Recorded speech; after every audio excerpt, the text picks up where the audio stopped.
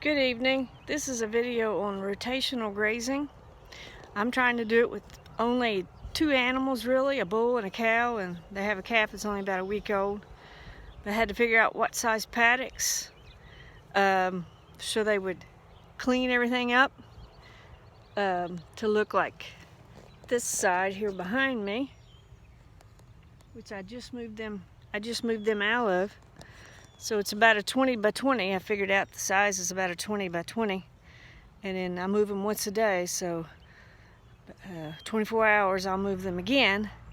And they graze it off pretty good. I started off back by the building, back by the shed, about 6 days ago, if you can see it. Oh, by the way, this is my first video, so please forgive me if it makes you dizzy or it's not real smooth. Hopefully I will get better. I would like to videotape this of me learning how to do rotational grazing with this small herd. See how it works. I've watched a lot of videos with really large groups, but I haven't really seen anything on smaller groups. They tell you you can do it, but you don't really see it. So that's my purpose. One of my purposes for videotaping this, and also just for my own information, my own, just look back on and see what I did, my own documentation. And hopefully somebody else will get something out of it too. These animals here are, these cattle are registered Aberdeen Angus. I chose these animals, the sun might be there, because I knew they'd do good on grass. So they're really fat. She just had a calf and she's still fat and had a ton of milk, and they haven't had any grain, and their hay was fair. So real pleased with how they're doing so far.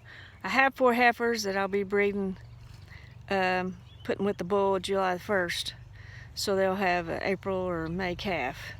So this is the only calf I'm going to have this year.